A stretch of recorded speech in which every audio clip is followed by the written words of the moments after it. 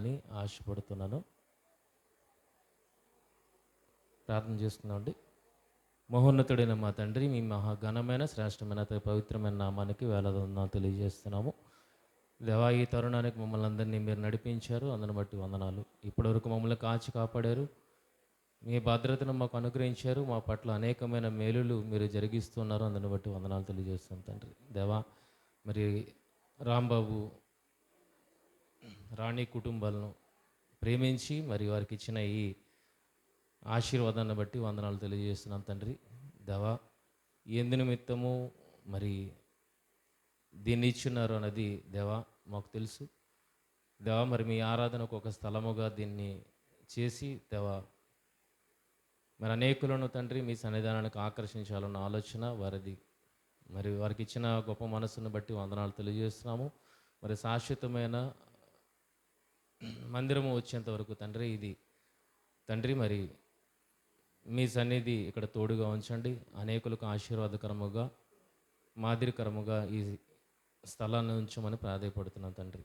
దేవా, మరి చేసిన ప్రతి ఒక్కరిని జ్ఞాపకం చేసుకోనండి, ప్రతి ఒక్కరిని దీవించి ఆశీర్వదించండి. పరసంలోని ప్రతి ఈవిని ప్రతి ఒక్కరికి దయచేయమని మిమ్మల్ని ప్రార్థిస్తూ వాక్య పరిశుద్ధులను కొలిచుంటుడుగా మీదైన ఆలోచనను మరి మీ పిల్లల హృదయాల్లో గ్రహింపునకు వచ్చేటట్లుగా మీరు చేయమని ప్రార్థిస్తూ ప్రాధేయపడుతూ ప్రభు అయిన యేసుక్రీస్తు వారి అతి శ్రేష్టమైన నామంలో ఈ ప్రార్థన మనవులు అడిగి వేడుకుంటున్నాం మా తండ్రి. ఆమేన్. ప్రియమైన దేవుని పిల్లలారా, మరి ఇది దేవుడికి కృతజ్ఞతాస్తుతులు చెల్లించే సమయము. ఏది మన జీవితంలో వచ్చినా, ఒక వాహనం కానివ్వండి, ఒక ఇల్లు కానివ్వండి, ఒక బిడ్డ కానివ్వండి, ఏదొచ్చినా అది ఎవరి వలన పొందుకున్నామన్న విషయాన్ని అర్థం చేసుకోగలిగితే అది మన సొంత కార్యాల వలన, సొంత కష్టం వలన అది జరిగేది కాదు. అది కేవలం దేవుని కృప. లేదు మా వల్లే అవుతుంది అని అనుకోగలిగితే, ఇప్పుడు సిరియా దేశానికి వెళ్ళి మీరు ఇల్లు కట్టడానికి ప్రయత్నం చేయండి, అవుతుందా? పాలస్తీనాకు వెళ్ళి ఇల్లు కట్టడానికి చూడండి, అవుతుందా? లేదు. అక్కడ ఉన్న భవనాలే కూలిపోతున్నాయి, అంతే కదండి. ఉన్న భవనాలే, కట్టబడిన భవనాలే, ఇంద్ర భవనాలే కూలిపోతున్నాయి అన్నప్పుడు అక్కడికి వెళ్ళి కట్టగలిగమా అంటే కట్టలేని పరిస్థితి. మనకి డబ్బు ఉండొచ్చు, పనివారు ఉండొచ్చు, కానీ అక్కడ కట్టడానికి అవకాశమే లేదు. యెహోవా ఇల్లు కట్టించిన యెడల దాని కట్టువారి ప్రయాసము వ్యర్థం. అది మనుషులు లేని నివాసముగా మనుషులు లేని స్థలముగా, అది అడవిగా బీడు భూమిగా ఉండాలంటే అది అప్పటికీ అలాగే ఉండదు. సొదొమ గొమొర్రా ప్రాంతాలు మనందరికీ తెలుసు. ఇప్పటికీ ఎలాగున్నాయి సొదొమ గొమొర్రా ప్రాంతాలు? అక్కడ మనిషి నివాసము లేని పరిస్థితి. కనుక వెనకాతలు ఎవరున్నారు? ఈ కార్యాలయకు వెనకాతలు ఎవరున్నారు అంటే దేవాది దేవుడు మన వెనక ఉండి కార్యాలను జరిగిస్తున్నాడన్న విషయాన్ని మనము అర్థం చేసుకోవాలి. ఆ విషయం అర్థమైంది కనుకనే ఈరోజు ఈ కృతజ్ఞతా కూడిక ఏర్పాటు చేయడం జరిగింది. కొన్ని విషయాలు మనకు అర్థం కావడానికి, మన పరిధిలో ఉన్న దేవుని విషయాలు మనకు అర్థం కావడానికి మన పరిధిలో కొన్ని విషయాలను మొదట మనం అర్థం చేసుకొని ఉండాలి. పిల్లాడికి అరే గాలికి బరువు ఉన్నది అన్న విషయాన్ని చెప్పినప్పుడు వాడికి అర్థం కాదు. మనల్ని ఎంతమందికి తెలుసు అది గాలికి బరువు ఉన్నది అనేది? గాలి కనబడదు కదా, కనబడిన దానికి బరువు ఏంటి అని మనం చిన్నప్పుడు అనుకునేవాళ్ళం. మరి వాడికి అర్థమయ్యే రీతిలో దాన్ని ఎక్స్ప్లెయిన్ చేయాలంటే ఏం చేయాలి? ఇదిగోండి మన ముందే ఉన్నది ఎగ్జాంపుల్. ఏమున్నది? బెలూన్ ఉన్నది. బెలూన్ని గాలితో నింపి దాన్ని కట్టేసిన తర్వాత దాన్ని పెడితే, ఏది సున్నితపు త్రాసులో పెడితే గాలి యొక్క భారం అనేది మనకి తెలుస్తుంది. కనుక విషయాన్ని అర్థం చేయించడానికి ఏం చూపించాలి అని అంటే ఎగ్జాంపుల్ అనేది చూపించాలి. అలాగే దేవుని సంగతులు కూడా మనకు అర్థం కావాలంటే మొదట భూమి మీద ఉన్న సంగతులు మనకి అర్థం కావాలి. దేవుడు కూడా వాక్యమందు ఆ మాట సెలవిస్తున్నాడు చూడండి. యోహాను సువార్త 3వ అధ్యాయము 12వ వచనము. యోహాను సువార్త 3వ అధ్యాయము 12వ వచనము. భూ సంబంధమైన సంగతులు నేను మీతో చెబితే మీరు నమ్మకున్నప్పుడు పరలోక సంబంధమైనవి మీతో చెప్పిన ఎడల ఎలాగు నమ్ముదురు? మొదట మనకి ఏం అర్థం కావాలి? ఎందులో మనకు అనుభవ జ్ఞానం రావాలి? భూ సంబంధమైన విషయాల మీద మొదట మనకు అవగాహన వస్తే అప్పుడు పర సంబంధమైన దేవుని విషయాలు ఆటోమేటిక్గా అర్థమైపోతాయి. ఇప్పుడు గాలికి భారం ఉందా అన్నది ఒక సైంటిఫిక్ థియరీ. చూపించాలి పిల్లలకి. దాన్ని ఎలా చూపించాలి? ఎగ్జాంపుల్గానే చూపించాలి. అది అర్థమైపోతే ఆటోమేటిక్గా ఏం అర్థమవుతుంది వాడికి? గాలికి భారం ఉందన్న విషయం అర్థమవుతుంది. అలాగే భూమి మీద మన చుట్టూ మన అనుభవంలో ఏవేవైతే జరుగుతున్నాయో వాటిని బాగా అర్థం చేసుకోగలిగితే దేవుడు ఏం చెప్పాలనుకుంటున్నాడో, దేవునితో మన బంధం ఏంటో ఆ విషయాన్ని మనం చాలా చక్కగా అర్థం చేసుకోగలుగుతాం. చూడండి, 2-3 పిల్లలు ఉన్నారనుకోండి, ఆ పిల్లల్ని కుటుంబ యజమాని పోషించడం ఎంత కష్టం ఈ రోజుల్లో ఒకసారి ఆలోచించండి. పిల్లలు పుట్టిన తర్వాత ఆ పిల్లల్ని పెంచాలి అనుకున్నప్పుడు ఆ పిల్లల్ని పెంచడం అనేది ఎంత భారంగా ఉంటుంది తల్లిదండ్రులకి. ఇప్పుడు ఈ విషయం మీకు అర్థమైతే కోటాను కోట్ల మంది పిల్లలు ఈ ఆరిన నేల మీద దేవుడు పుట్టించాడు అన్నప్పుడు అంతమందిని ఆ తండ్రి ఎలా భరిస్తున్నాడు అన్న ప్రశ్న మీకు రావాలి. అది అర్థమవుతుంది. ఆ భారం ఏంటన్నది అర్థం. ఎప్పుడు అర్థమవుతుంది ఆ భారము? మీకు ఈ భారం అర్థమైతే, మీ కుటుంబ భారం అర్థమైతే, అర్థమైన వాడికి దేవుని భారం ఏంటో అర్థమవుతుంది. అలాగే ఈరోజు ఒక గొప్ప విషయాన్ని మీ ముందు ఉంచడానికి ప్రయత్నం చేస్తున్నాను. దానికి మనం అర్థం చేసుకోవడానికి మొదట మన అనుభవంలో ఉన్న విషయాన్ని మీ ముందు ప్రజెంట్ చేయడానికి ప్రయత్నం చేస్తున్నాను. ప్రేమ అన్నది మనందరికీ తెలుసు. ప్రేమ అంటే ఏంటండి? ప్రేమ అంటే ఏంటి? ఎక్కడ ఉంటుంది ప్రేమ? ఎక్కడ కనబడుతుంది? ఇచ్చి పుచ్చుకోవడంలో, అంతేనా? ఇచ్చి పుచ్చుకోవడంలో కదా. దేవుడు ప్రేమ ఎక్కడ గొప్పగా కనబడిందండి? యోహాను సువార్త 3:16లో ఏం కనబడింది మనకి? మనం అయోగ్యులం, మనం కేవలము పాపులము. అలాంటి మనలను దేవుడు ప్రేమించి తన ప్రియ కుమారుని మన కొరకు బలిగా అర్పించాడు అన్నప్పుడు ఇప్పుడు ఏం కనబడుతుంది? ప్రేమ అనగానే గివింగ్ కనబడుతుంది కదండి. ఇప్పుడు దేవుడికి ప్రేమ ఉన్నది మన పట్ల, మరి మనకు ప్రేమ ఉన్నదంటే మనం ఏం చేయాలి? మనము ఇవ్వాలి. ఎవడైనా ఇస్తున్నాడంటే అందులో ప్రేమ ఉండకపోవచ్చేమో, కానీ ప్రేమ ఉన్నవాడు ఖచ్చితంగా ఇచ్చి తీరుతాడు అన్నది, ఇది ప్రేమ అన్నది మీకు అర్థమైతే గనక, ఎందుకు ఈ మాటలు చెప్తున్నానో, అయితే గృహప్రవేశానికి వచ్చాము, మరి ఇక్కడ ఈ మాటలు ఏంటని అనుకుంటున్నారా? నిజంగా చాలా విషయం అనేది చెప్పడానికి మీకు ప్రయత్నం చేస్తున్నాను. అర్థం చేసుకోవడం ప్రయత్నం చేయండి. ప్రేమ ఇచ్చిపుచ్చుకోవడంలో ఉన్నది అన్న విషయం అర్థమైతే, అది ఎక్కడ మనకి బాగా కనబడుతుంది అన్న విషయం చూడగలిగితే భార్యాభర్తల దగ్గర మనకి ఈ విషయం అనేది బాగా అర్థమవుతుంది. ఎందుకంటే ఆవిడ వేరే ప్రపంచంలో నుండి వచ్చింది, ఈయన వేరే ప్రపంచంలో నుండి వచ్చారు కదా.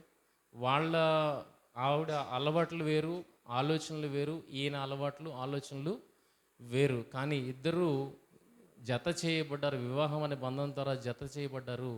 ఇప్పుడు ఇరువురి మధ్య ప్రేమ ఎలాగుంటుంది అన్న విషయాన్ని అర్థం చేసుకోగలిగితే, ఈవిడ అభిరుచులు వేరు, ఆయన అభిరుచులు వేరు, ఎప్పుడు ఒకటిగా ఉండవు కదా. కనుక ఈవిడ అభిరుచులు నెరవేర్చడానికి ప్రేమ ఉన్న ఆయన ఏం చేస్తాడు? ఈవిడ ఏదైతే కోరుకుంటుందో వాటిని తీరుస్తాడు, అవునా? అలాగే ఈయన అభిరుచులు వేరు. ఇప్పుడు ఈయన అభిరుచులుని తెలుసుకొని వాటిని నెరవేర్చడానికి ఈవిడ ప్రయత్నం చేస్తుంది. ఇప్పుడు వీళ్ళ మధ్య బాండింగ్ అనేది మనకు అర్థమవుతుంది, ప్రేమ అనేది అర్థమవుతుంది, అవునా కదా. ఒకరికొకరు సహాయపడుతున్నారు, ఒకరి అవసరాలు ఒకరు తీర్చుకుంటున్నారు.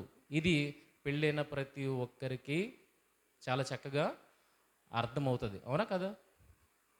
అలా తీర్చుకుంటేనే ఆ బంధం బలంగా ఉంటుంది, ఆ బంధంలో ప్రేమ అనేది ఉన్నదని మనం చెప్పొచ్చు. ఓకే, ఇప్పుడు చెప్పబోయేది బాగా వినండి. ఈ భూమి మీద మరి ఒక స్థలాన్ని రాంబాబు కొన్నాడు. ఈ స్థలంలో ఇప్పుడు ఏం చేశాడు? ఒక ఇంటిని కట్టాడు. ఇంకొక ఇల్లు అక్కడ తయారవుతుందండి. రేపు పొద్దున అక్కడికి షిఫ్ట్ అవుతారు. రాంబాబుకి అవసరమైనట్టుగా అన్ని వసతులు ఉండేటట్టుగా ఒక ఇంటిని ఆయన తన కొరకు ఇక్కడ కట్టుకుంటున్నాడు. అవునా కదా? అర్థమైందా? మన ఇంటికి మనం త్వరగా వెళ్ళిపోవడానికి ప్రయత్నం చేస్తాం. ఎక్కడైనా ఉన్నాం అనుకోండి, మన ఇంటికి వెళ్ళిపోతాం. ఎందుకు? ఏముంటుంది మన ఇంట్లో? అన్ని అనుకూలతలు ఉంటాయి, అన్ని వసతులు మన ఇంట్లో ఉంటాయి. బయటకు వచ్చిన తర్వాత వంట చేయాలనుకోండి, అది ఎక్కడ ఉంది, ఇది ఎక్కడ ఉంది అని అడుగుతారు కదా వంట చేయడానికి. అదే మన ఇంట్లో అయితే మనకు అన్నీ తెలుసు ఎక్కడ ఏమున్నాయి అనేది. కనుక ఏ లోటు లేకుండా అన్ని సదుపాయాలు సమకూడేటట్టుగా రాంబాబు తన కొరకు ఒక ఇంటిని కట్టుకున్నాడు. అర్థమవుతుందా? ఎవరి సహాయంతో కట్టుకున్నాడు? ఎప్పుడైనా ఆలోచించారా? దేవుడి సహాయమే, నేను కాదనట్లేదు. ప్రేమ చెప్పాను, ప్రేమ తర్వాత భార్యాభర్తల బంధం చెప్పాను. ఇప్పుడు ఒక అద్భుతమైన బంధాన్ని ఇప్పుడు చూపించడానికి ప్రయత్నం చేస్తున్నాను. ఇప్పుడు రాంబాబుకి ఏ లోటు లేకుండా అన్నీ సమకూడే ఒక చక్కటి నివాసాన్ని ఆయన కట్టుకున్నాడు ఈ భూమి మీద. ఏ లోటైనా ఉందా? లోటు ఉంటుందా? వాటర్కి మోటార్ వేసాడు, ఇక్కడ ట్యాంక్ ఉన్నది, నీళ్ళు వచ్చేస్తాయి. ఫ్యాన్ స్విచ్ చేస్తే ఫ్యాన్ తిరుగుతుంది, గాలి వేస్తుంది. వర్షం నుండి మంచి ప్రొటెక్షన్ ఉన్నది. లోపలికి ఏమీ రాకుండా మంచి గేట్ ఉన్నది. వంటగది ఉంది. అన్ని వసతులు సమకూర్చుకున్నాడు కదా. ఏమండి? ఈ భూమి మీద రాంబాబు బ్రతుకున్నంత కాలం, లేకపోతే వాళ్ళ కుటుంబం బ్రతుకున్నంత కాలము ఈ ఏ లోటు లేకుండా ఈ నివాసంలో ఉండడానికంటూ వాళ్ళు ఇల్లు కట్టుకున్నారు. మంచిదే, ఇల్లు కట్టుకోవడం దేవుడు తప్పు ఎప్పుడు పట్టడు. ఇది దేవుడు ఆశీర్వాదం. అయితే ప్రాబ్లం అంతా ఎక్కడొచ్చింది అని అంటే ఇంకొక పక్కగా ఆలోచించకపోవడమే. ఎప్పుడూ భర్తే భార్య కోసం ఆలోచించి అన్నీ ఆవిడ అభిరుచులను నెరవేరుస్తూ ఉన్నాడు అని అంటే అక్కడ ప్రేమ ఉన్నదా? అక్కడ ప్రేమ ఉందా? ఇది ఎక్కడ ప్రేమ ఉంది? ఇటు నుండి అటు ఉండాలి, అటు నుండి ఇటు ఉండాలి, అప్పుడే ప్రేమ ఉన్నట్టు. అలాగే ఇప్పుడు రాంబాబు కుటుంబం ఉండడానికి ఒక నిర్మాణాన్ని ఆయనే కట్టుకున్నాడు అన్నప్పుడు, ఇప్పుడు ఎవరి సహాయంతో అది కట్టుకున్నాడు? ఎవరి సహాయంతో ఆయన కట్టుకున్నాడు? అది చెప్పగలుగుతారా? ఈ భూమి మీద ఆయన నివాసం ఉండడానికి ఆయనకంటూ ఒక నివాసాన్ని కట్టుకున్నాడు. ఎవరి సహాయంతో కట్టుకున్నాడు? ఎవరి సహాయంతో?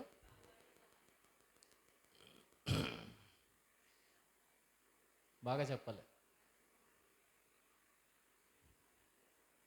ఎవరి సహాయంతో?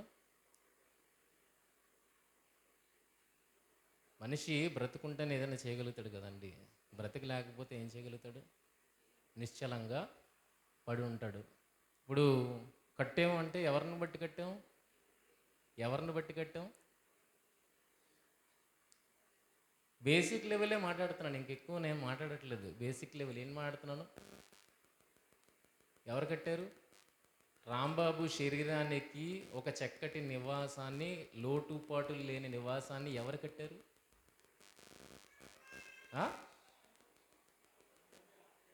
ఎవరు?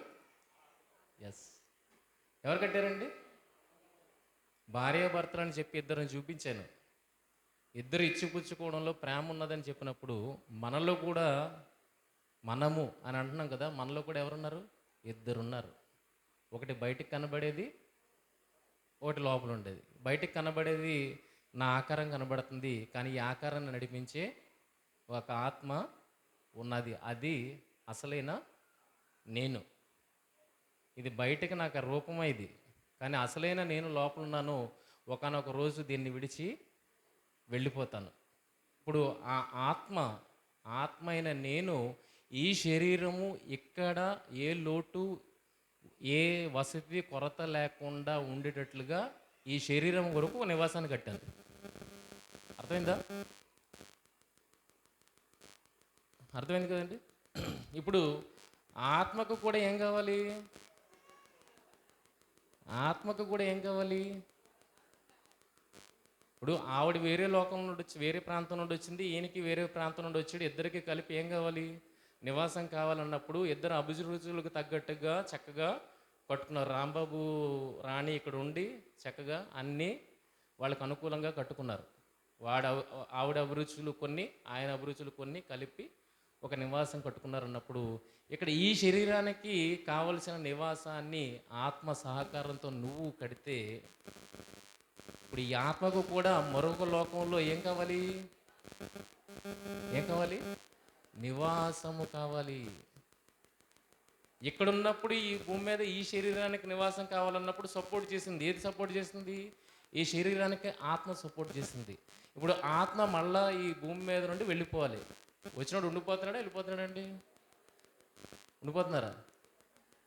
వచ్చిన ఫ్లైట్ వెళ్ళిపోద్ది, వచ్చిన ట్రైన్ వెళ్ళిపోద్ది, వచ్చిన మనము వెళ్ళిపోతున్నామంటే వేరే ప్రాంతానికి వెళ్తున్నామని అర్థం, లేకుండా పోతున్నామని కాదు. మరి వేరే ప్రాంతానికి వెళ్తున్నప్పుడు ఇది వేరే నివాసం దీనికి ఉండాలి అన్నప్పుడు ఆ నివాసము కొరకు ఈ శరీరముతో నువ్వేవైనా చేస్తున్నావా? ఇప్పుడు ఇచ్చి పుచ్చుకుంటేనే ప్రేమ ఉన్నదన్నప్పుడు ఒక సైడ్ అయితే అది ప్రేమ ఎలాగవుతుంది? కనుక మీ శరీరము నివాసం ఉండడానికి ఇక్కడ ఒక చక్కటి గృహాన్ని మీరు కట్టుకున్నారు అన్నప్పుడు ఓకే, బాగానే ఉంది, మీకు సహాయం చేసింది. ఏది? మీలో ఉన్న ఆత్మ మీకు సహాయం చేసింది, మీరు చక్కగా గృహాన్ని కట్టుకున్నారు. మరి ఇది కూడా ఒకనాడు వెళ్ళిపోయి అక్కడ ఒక నివాసంలో ఉండాలన్నప్పుడు ఇప్పుడు దానికి ఎవరు సహకారం చేయాలి?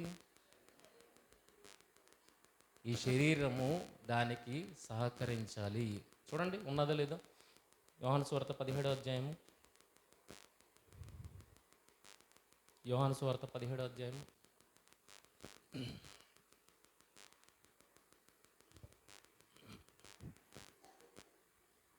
ఎన్నవచ్చు? 14 కాదు, నివాసం 14. యోహాను సువార్త 14వ అధ్యాయము. ఎక్కడ? 2వ వచనం. నా తండ్రి ఇంట అనేక నివాసములు కలవు, లేని ఎడల నీతో చెప్పుదును,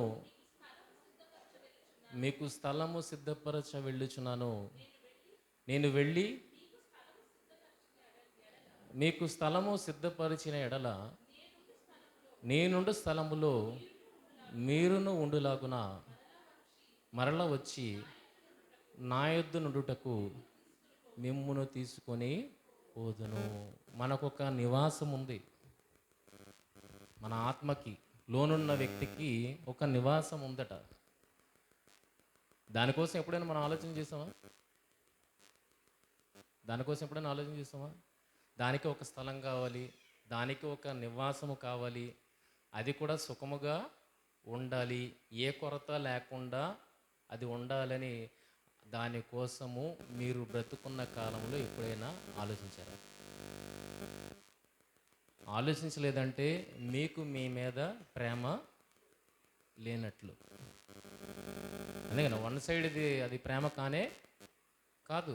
ఇచ్చిపుచ్చుకోవడంలోనే ప్రేమ ఉన్నదన్నప్పుడు మీరు ఈ భూమి మీద బ్రతికినన్నాళ్ళు ఆత్మ సహకారిగా ఉండి అనేకమైన కార్యాలు మీ కొరకు చేసినప్పుడు, మీరు దాని వల్ల బెనిఫిట్స్ పొందినప్పుడు, మరి ఆత్మ కూడా దీని నుండి ఏదో ఒక బెనిఫిట్ పొందుకోవాలని చూస్తుందా?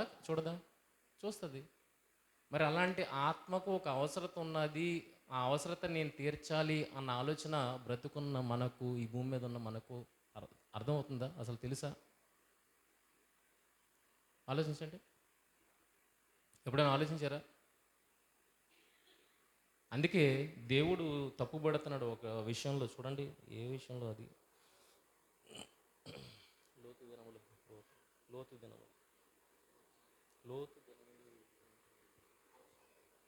లూకాసు వార్త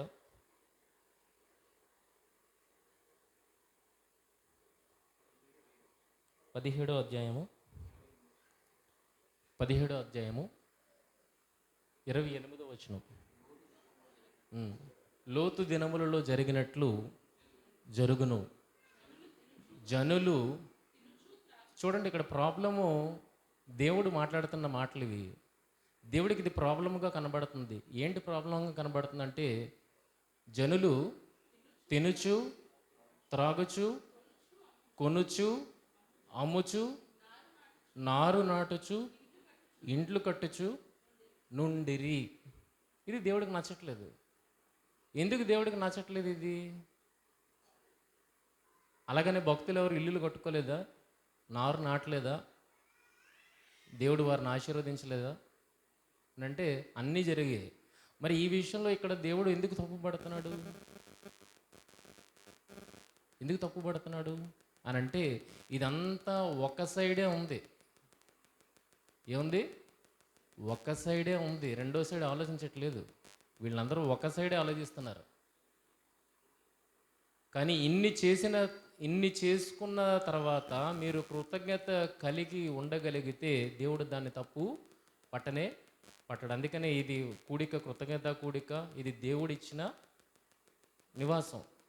అది మా అంతటా మేము కట్టుకున్నది కాదు, దేవుడిచ్చిన నివాసం కనుక దేవుడికి కృతజ్ఞతాస్తుతులు చెల్లిస్తున్నాము.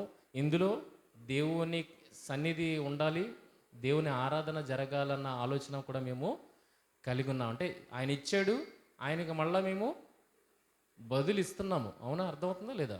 ఇప్పుడు ఈ విషయంలో దేవుడు తప్పు పట్టడు. ఏ విషయంలో దేవుడు తప్పు పడతాడు అని అంటే, నీకోసమే నువ్వు ఆలోచించుకుంటూ, నీ బ్రతుకు కోసమే, బ్రతుకు కాలం కోసం నువ్వు ఆలోచించుకుంటూ దేవుణ్ణి మరుగున పెట్టేస్తే, దేవునికి కృతజ్ఞతాస్తుతులు చెల్లించకుండా నువ్వు కృతజ్ఞుడు అయితే గనక దేవుడు ఆ విషయాన్ని తప్పుగా ఎంచుతున్నాడు. అర్థమవుతుందా? తప్పుగా ఎంచుతున్నాడు. మరి అలాంటి ఆత్మ కోసం మీరు ఎప్పుడైనా ఆలోచించారా?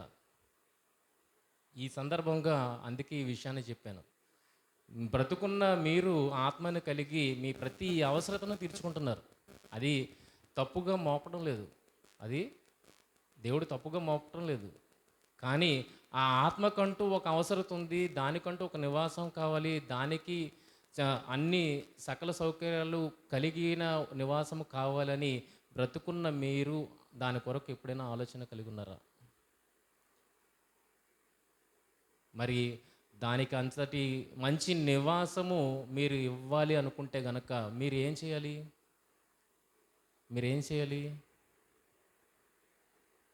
ఏం చేయాలి చెప్పండి?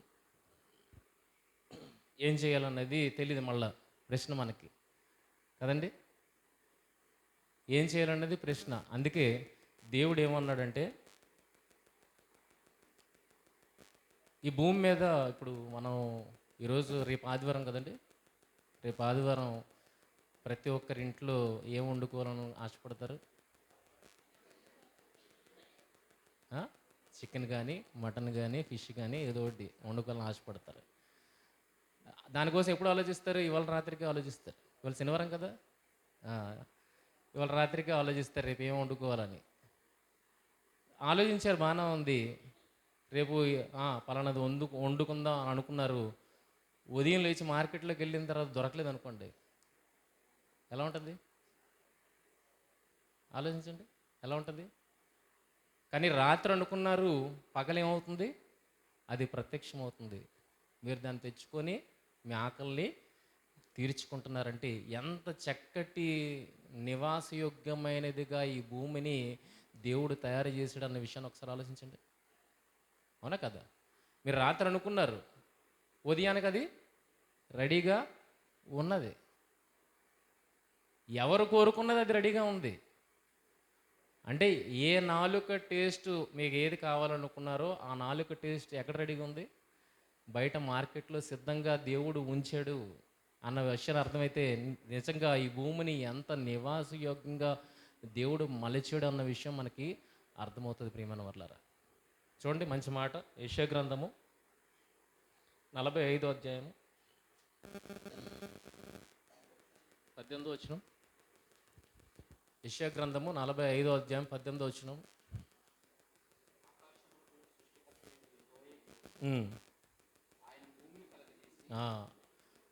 యెహోవాయే దేవుడు, ఆయన భూమిని కలుగు చేసి దానిని సిద్ధపరచి స్థిరపరచెను. తర్వాత నిరాకారముగా ఉండుటకు ఆయన దాన్ని సృజించలేదు కానీ నివాస స్థలమగునట్లుగా దాన్ని సృజించెను. ఎలా ఉండడానికండి? నివాస స్థలముగా ఉండడానికి. రాంబాబు ఇల్లు కట్టుకున్నాడు. ఎవరు ఇల్లు కట్టుకున్నా అది ఎలాగుంటుంది? మన నివాసానికి యోగ్యమైనదిగా ఉండాలనే కట్టుకుంటాం. అలాగే ఈ భూమి మీద దేవుడు మనల్ని పంపించి ఏదో వెళ్ళిపోరా బతికేరా అని చెప్పలేదు. నీకు అన్ని సదుపాయాలు కల్పించే ఈ భూమి మీదకి పంపించాడు. ఎలా చేశాడట? నిరాకారముగా ఉండునట్లుగా దానిని సృజించలేదు కానీ అది ఎలాగ సృజింపబడిందట? నివాస స్థలం అగునట్లుగా దాన్ని సృజించాడు. ఆ సృజించిన దాంట్లో ఎవరున్నాం అంటే మనమందరము ఉన్నాము. ఈరోజు బ్రతుకుతున్నాము అని అంటే అది ఆయన వల్లనే అన్న విషయాన్ని మీరు గుర్తెరిగిన నాడు ఆయనకి రిటర్న్లో మనం ఏమివ్వాలి?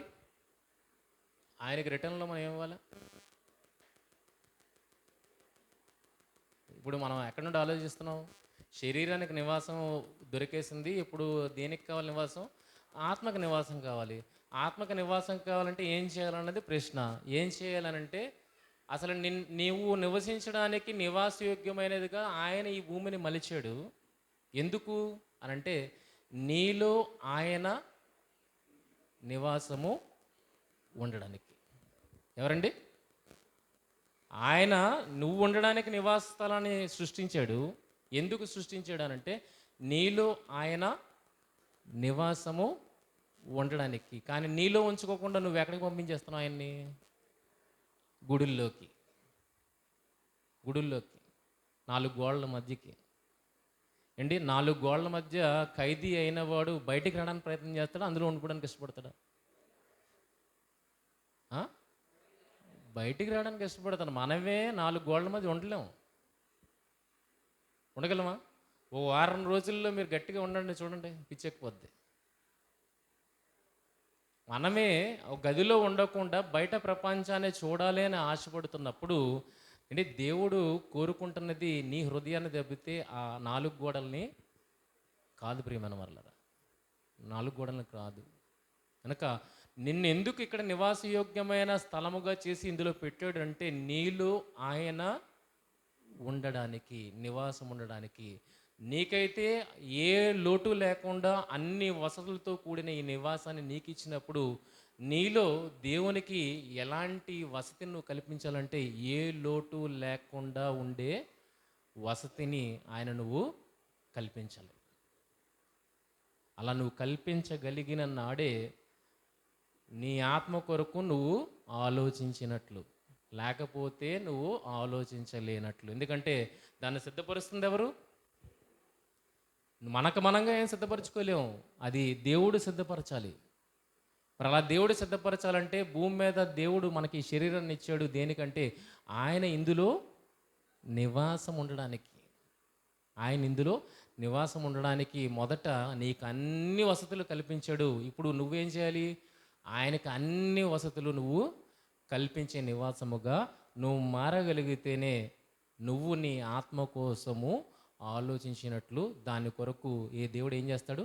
ఒక చక్కటి నివాసాన్ని రెడీ చేస్తాడు. కనుక దేవుడు నివాసయోగ్యంగా చేసిన ఈ భూమి మీదకి వచ్చిన మనము ప్రతిదీ ఆయన వల్లనే పొందుకుంటున్నాం అన్నప్పుడు, ఆయన వల్ల పొందుతున్నామన్న ఆ కృతజ్ఞత మనం ఆయన పట్ల కలిగి ఉన్నామో ఒకసారి ఆలోచించండి. దేవుడే అంటున్న మాట ఒక్కసారి చూడగలిగితే లూకాసు వార్త 6వ అధ్యాయము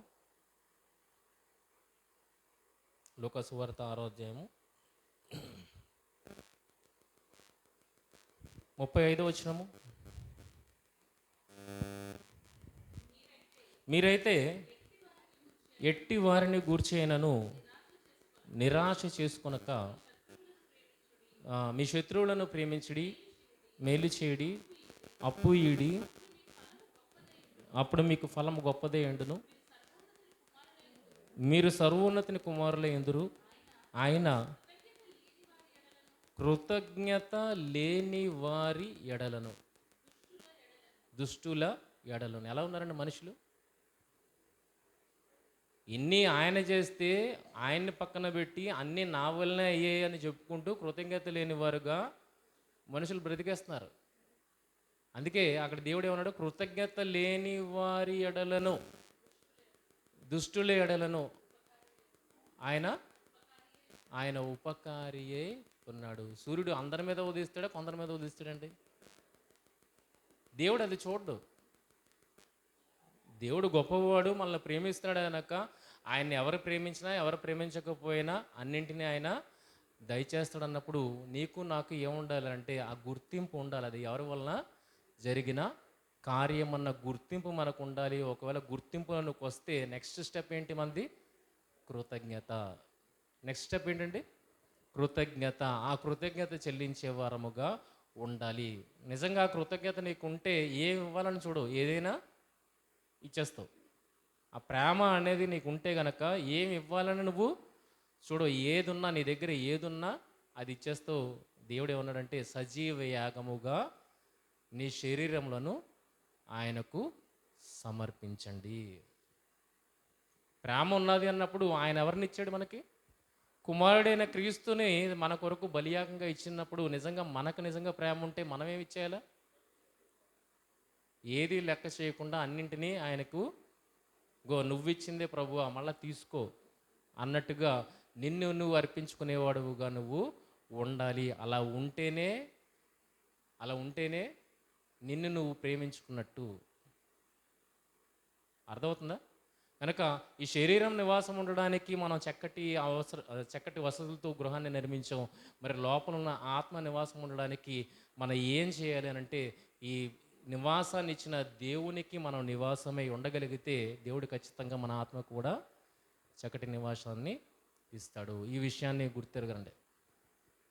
ఎప్పటికైనా దీన్ని విడిచిపెట్టి మనం వెళ్ళిపోవాల్సిందే. ఇది ఉండిపోయేది శాశ్వతంగా ఉండేది అది అన్నప్పుడు దీనికన్నా ఎక్కువ ఆలోచన దేని మీద ఉండాలి? మనకి దాని మీద ఉండాలి. అందుకే అబ్రహాం గారికి అంత దేశాన్ని ఇచ్చినా సరే ఆయన ఒక పర్మనెంట్ స్ట్రక్చర్ని ఆయన భూమి మీద ఏమీ కట్టుకోలేదు, గుడారాన్ని ఉంచుకున్నాడు. ఎందుకంటే నేను గుడారమే, అదే గుడారమే ఉండేది కాదు. దేనికోసం ఆలోచించాడు? పర్మనెంట్ స్ట్రక్చర్ కోసం ఆయన ఆలోచించాడు. పునాదులు గల ఆ పట్టణము కొరకు ఆయన ఎదురు చూశాడు అని అర్థమవుతుందంటే, ఇది కట్టుకున్నా ఇది ఉండాలనుకున్నా లేకపోయినా మనకి పెద్ద ప్రాబ్లం ఏం లేదు, కానీ అది లేకపోతే మాత్రం చాలా పెద్ద ప్రాబ్లం ప్రియమైన వాళ్ళరా. గనక దాని కొరకు ఆలోచించేవారుగా మీరు అందరూ ఉండాలని కోరుకుంటూ, మరి కృతజ్ఞత కూడిక ద్వారా దేవునికి ఏ రకంగా కృతజ్ఞతాస్తుతులు చెల్లించాలో అన్నది మీకు తెలియజేయడం జరిగింది. మరి మీ హృదయ గ్రహింపునకు మాటలు వచ్చాయని నమ్ముతున్నాను. ప్రార్థన చేసుకుంటాం. మహోన్నతుడైన మా తండ్రి, మీ మహాఘనమైన శ్రేష్టమైన అతి పవిత్రమైన నామానికి వందనాలు తెలియజేస్తున్నాం తండ్రి. దేవా, భూమిని అంతటినీ మీరు చేసి మాకు అనుగ్రహించున్నారు. ఇదంతా మాకు ఇచ్చినది తండ్రి. దేవా, దీన్ని అనుభవిస్తున్న మేము దేవా కృతజ్ఞత లేని వారముగా ఉన్నాము. ఎందుకొరకు రాదు, ఎందుకొరకు చేయదు అన్నట్లుగా తండ్రి గర్వంతో ఉన్నాం తండ్రి. కానీ నిజానికి ఆలోచించగలిగితే మా వల్ల జరిగే ఏ కార్యము లేదు తండ్రి, అన్నీ మీరే జరిగిస్తున్నారు దేవా. అది దృష్టిలో పెట్టుకొని ఎల్లవేళలా మీకు కృతజ్ఞతాస్తుతులు చెల్లిస్తూ దేవా మమ్మల్ని మేము మీకు సమర్పించుకునేలాగున ఉండులాగున సహాయం దయచేయండి. అబ్రహాము గారు అలాంటి విశ్వాసాన్ని కనపరిచారు. మేము కూడా అలాంటి విశ్వాసాన్ని కనపరచు దేవా మీ వద్దకు చేరే భాగ్యాన్ని ధన్యతను మా అందరికీ దయచేయమని ప్రార్థిస్తూ ప్రాధేయపడుతూ ఇక్కడికి వచ్చిన ప్రతి ఒక్క కుటుంబాన్ని జ్ఞాపకం చేసుకోండి, దీవించి ఆశీర్వదించండి. ఏవి అక్కరగా ఉన్నాయో మీకు తెలుసు తండ్రి. మేము మా నోటికి రాకముందే మా హృదయంలో ఉన్న ప్రతిదీ ఎరిగి ఉన్నారు కనుక దేవా ప్రతి అవసరతను మీరు తీరుస్తారని బలముగా నమ్ముతున్నాం కనుక దేవా మీ పిల్లల పట్ల కార్యాలను జరిగించండి.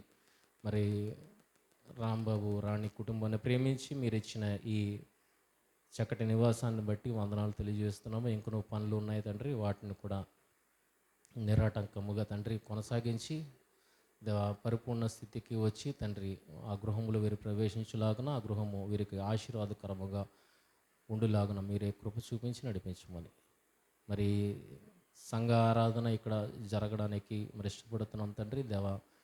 కృపతో జ్ఞాపకం చేసుకోనండి. అనేక నూతన ఆత్మలు తండ్రి రక్షింపబడులాగున ఇది వేదిక కాగలటకు సహాయం దయచేయమని మహిమ ఘనత ప్రభావాలు మీకే ఆరోపిస్తూ ప్రభు అయిన యేసుక్రీస్తు వారి అతి శ్రేష్టమైన నామములు ఈ ప్రార్థన మనవులు అడిగి వేడుకునిచున్నాం మా తండ్రి.